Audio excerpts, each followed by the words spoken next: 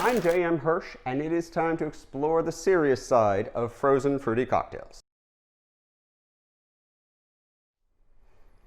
So I spent an inordinate amount of my childhood at a vaguely Mexican restaurant called Mañana, and I would drink virgin frozen strawberry daiquiris. It didn't get any better when I went off to university and we decided to make ourselves frozen margaritas. The thing is, frozen cocktails don't have to be glorified Slurpees. You know, it is possible to make really delicious and, dare I even say, sophisticated icy drinks. It all comes down to the core of what we do here at Milk Street, which is find balance in the flavors that we're working with. You know, too much sugar, and yes, I'm talking to you, Mr. Bartender at the Mañana, or too much heft, as in, say, the cream of coconut that's in a Pina Colada, are the easiest ways to blow out a drink. You're going to get too much sugar, too much heft, and you're not going to appreciate any of the nuances in the cocktail. So the trick is that in both our cooking and our drinking here at Milk Street, we reach for ingredients that are lighter and brighter, yet deliver the same flavors in a cleaner palate. So I've created a drink that kind of shows off what a difference this can make. It's a hybrid of the Pina Colada and a frozen margarita. I call it the Colada Rita, very creative, I know. And I promise it's one of the lightest and brightest and most refreshing frozen cocktails that you will drink. Now, the recipe works for a couple of reasons. First, we ditch the cream of coconut, which is nothing but fat and sugar anyway, in exchange for coconut water, which is light and fresh and yet still gives you that coconut flavor. Second, there's very little sugar in this cocktail. Most of the sweetness comes from either pineapple or from the orange liqueur, which don't just add sugar, they also add bright citrus flavor. So, let's make a Colada Rita. So, like most frozen cocktails, this one's a breeze to pull together because you do it all in the blender.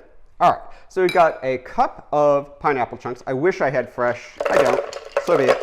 And I'm adding about a cup of ice.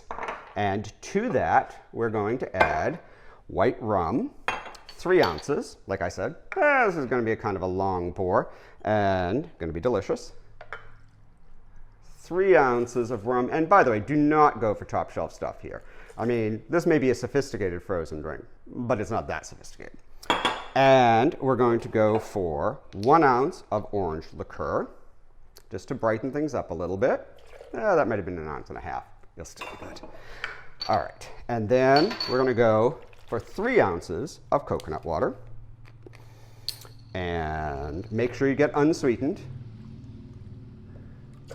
2 and 1 makes 3. There we go. All right, and then because salt balances everything, including cocktails, we're going to add 6 or 10 granules of kosher salt. And then we're going to blend.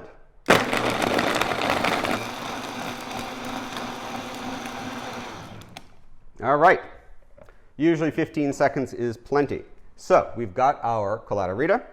We're going to pour it into our highball. And you know, it is a long pour, so you're always going to have some left over, and there's no shame in drinking it from the blender jar. I won't do it because it's kind of undignified on camera. And you want a straw, and then to top it all off, I like to put a Luxardo cherry with a little bit of the syrup in. And there we go.